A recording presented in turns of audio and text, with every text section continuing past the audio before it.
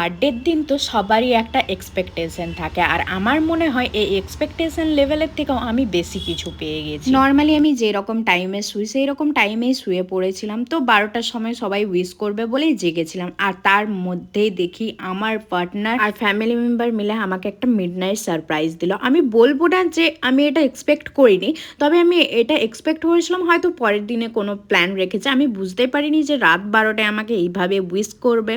তো আমি তো খুবই হ্যাপি, আর এই যে গিফটটা পেয়ে তো আমি আরোই হ্যাপি হয়ে গেছি। বার্থডে মানেই সেই দিনে নিজে একদম সেলিব্রিটি মানুষ, হাজার হাজার উইশ, হাজার হাজার আশীর্বাদ, আর মনের ভেতরে তো থাকবেই ফ্যামিলির প্রতি একটা এক্সপেকটেশন, আর পার্টনারের প্রতি তো আলাদাই একটা থাকবে, সেটা সবারই থাকে। পরের দিন সকালে উঠে স্নান টান করে ঠাকুরকে প্রণাম করে ব্রেকফাস্টে বসলাম। আলুর পরোটার সাথে ছিল ঘুগনি, আর লাঞ্চে এত মজাদার খাবার ছিল।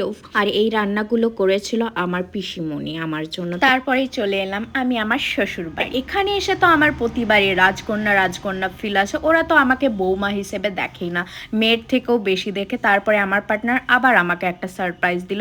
আমি যেহেতু ফুল খুব পছন্দ করি আর চকলেট সেরকম একটা খাই না, ডার্ক চকলেট আর মিল্কিবার ছাড়া। তারপরে সেলিব্রেশনের মাঝে আমার শ্বশুরমশাই আমার হাতে এই গিফটটা তুলে দিল।